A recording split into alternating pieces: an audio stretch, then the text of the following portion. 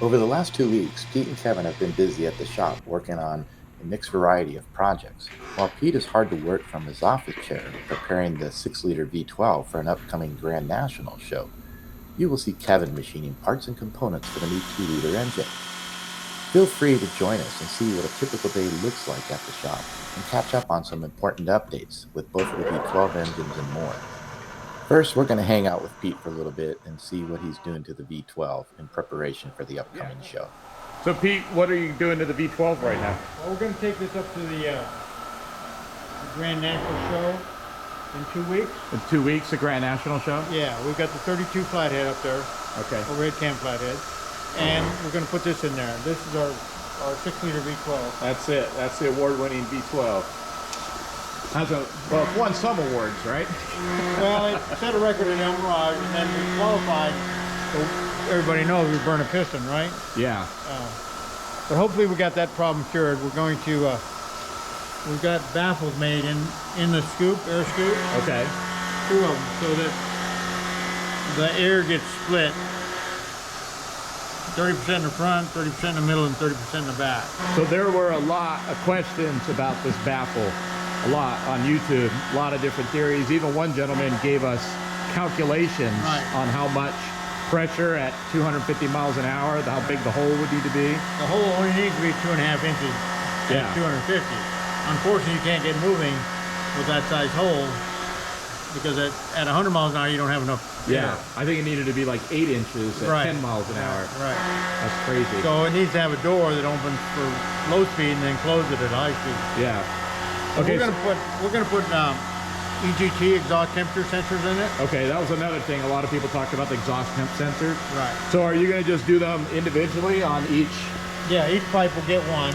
Okay. And then we'll take it up to El Mirage and we'll run it. And the idea is to get the exhaust temperature sensors to go into the computer, and then we'll be able to read exactly what each cylinder is running while we're running at 250 miles an hour. Okay. So we can run 250 at El Mirage. Okay. On a weekday, you know, just it's kind of risky because if anything happens, your driver's at risk, right?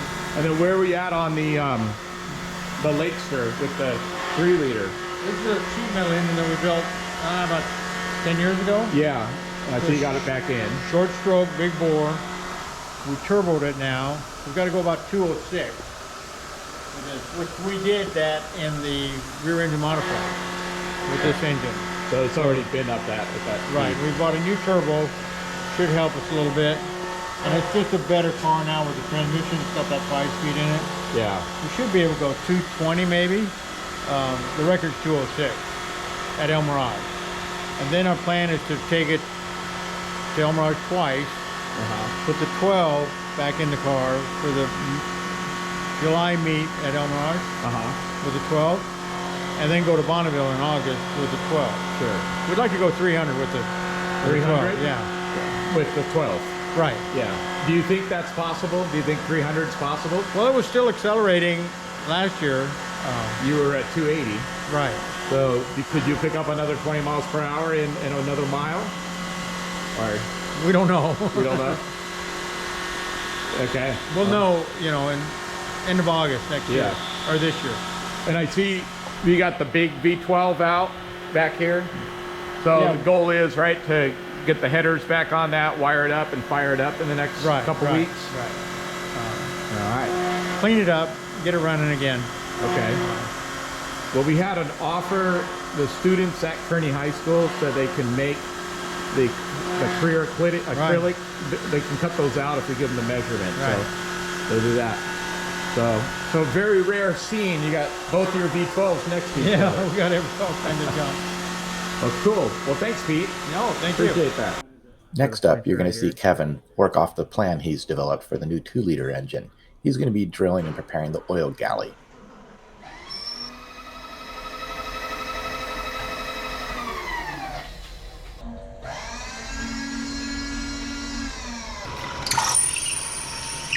That's the oil hole?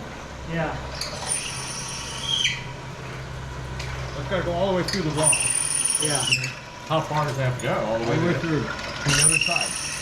How you go each end and then hopefully you'll hit. And with any luck, they'll line up. So do you do an extension on the drill bit? I have one at home that's I'll use.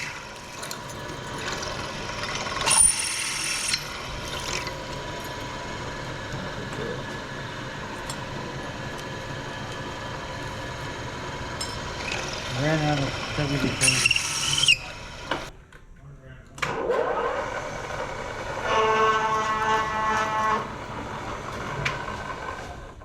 So that's your main oil passage or galley, whatever you call it? Yeah.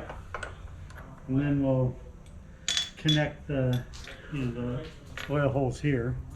And you're just I'll gonna probably drill straight drill in. at an angle? We'll probably drill straight in and then come down so that we miss the bolt. Okay, so then this is precisely placed so that you drill these on each journal, right? Yeah. Or do you call this a Well, I journal? say we'll probably come in from on the block, come in from the side, and then we'll have to plug out here. And then so that we can get around. Like I say, we don't want the oil to hit the bolt hole. I got it. So So this is a pretty precise step Yeah. right here, right? Because I mean, if you made a mistake, It is, and I mean it's oil. It's not. I mean, what would happen if you missed it? Is there a way to correct it? Yeah, well, if you miss by too much, no. You got to be within pretty close. Like I say, I've had them where they miss by a quarter of a hole or so, and it's no Yeah. big deal. It all flows through there. So now you're gonna tap it. So what are you doing here? You're on a tap to there, and that's gonna be your fitting for your oil supply line. Well, this will probably be a plug here, and then we'll probably come in one of the side holes.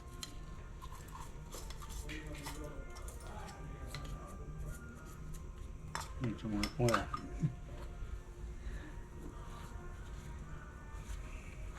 This is just a little centering device for the tap to get it started.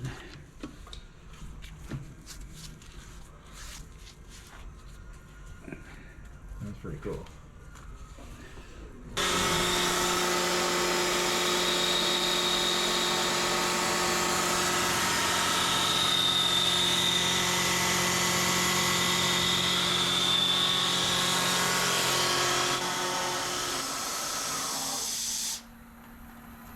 That is it. Huh? Now I guess.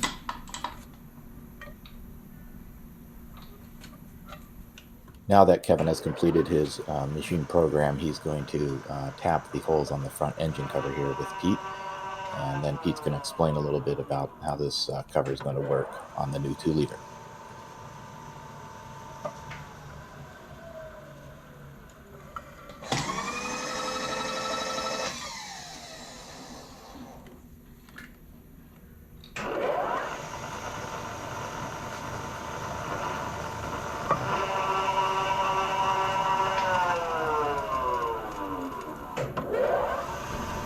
So the last time we talked, when you give the little demonstration about this engine, several people said that this thing would be really noisy, but that doesn't We don't matter care. because it's only, right? It's only a minute and a half, 2 minutes type thing. If it goes fast, we don't care if it's noisy. Yeah. You're not gonna hear anything with the helmet on, right? The driver. The headers. Yeah. The headers are going to come out the bottom here, right? Yeah. Well, they go this way. And it hasn't been heat treated yet, right? Yeah. Oh, it has been? Yeah. So the heat treating's done. Right. So now the engine's true and you can now machine it. Well, he's machining this, some of it. This and the top and the bottom. And when will you be able to put the sleeves in? Well, we got to get a crane. Yeah, we got a long way. Oh, okay. This is a process. It's probably a year-long process or better. Oh, it's looking good. And so nice billet material there. Well, this all had to be programmed, right? Yeah. And all this distance are critical. And is that A ball bearing. ball bearing there? Okay. There'd be a bearing in all these. And that's like an idler or. Yeah, this gear will be right on the end of the crankshaft. We're gonna make a pipe that's got splines on the inside Oh, and okay. outside. So yeah, right on the crank. So it'll be centered like right there. Yeah. roughly. I don't want it to fall though. I get what you're saying. Cool. Take this. Lift that gear up. That's it. Maybe there. This will actually be down. It'll be this will be up here like this. Yeah. Then the other one. Over to the transmission. The transmission will sit right down there. Mm-hmm. And this goes over the top. There's your cover. Beautiful. So Kevin's making that other part that goes between the block and the. Next, you're going to see Kevin dry fitting the components that he You're just just fitting it, machined, and he's going to explain a little bit more how this will work. Everything lining up. Yeah, except for this and that. Oh, okay. What does that mean? Engineering error. Oh. The O-ring is under there is the biggest problem. So you're gonna have to blow sealer What's there. up with Is that just going to be a cap or something, or? Oh, we'll have to put sealer on it or something. No Central? All right. I don't even want to go. This has to go here. You're so wishy-washy. Got to get a belt in there. I got this broker that showed me a building over here on Fairmont. Oh, a little bushing. He might hustle a little bit. 15 minutes work. Right. He sold millions of property. Yeah. Fits. Yeah, it's kind of sad, you know. I guess the one property So you got they were going to buy the guy was 50,000. Okay. Keep the belt in place. Yeah. Can't jump it too. Yeah. No, it's terrible. Right here, Pete's just going to drain the oil out of the V12 and get it ready to transport it up to the Grand National show.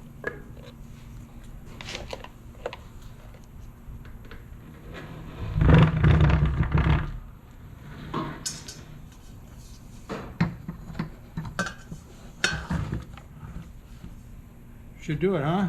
That should. There it all is. Look at that. Clean as a whistle. That's it for today, folks. Stick around if you want to browse around the V12 a little bit. I'll show you what this thing looks like up close. And just an update, big 20-liter V12 is getting much closer to firing up. Hopefully we should have the headers back from the powder coater soon, and we'll get those back on the V12 and work with Kevin and Pete and fire the bad boy up. So, thank you again for watching.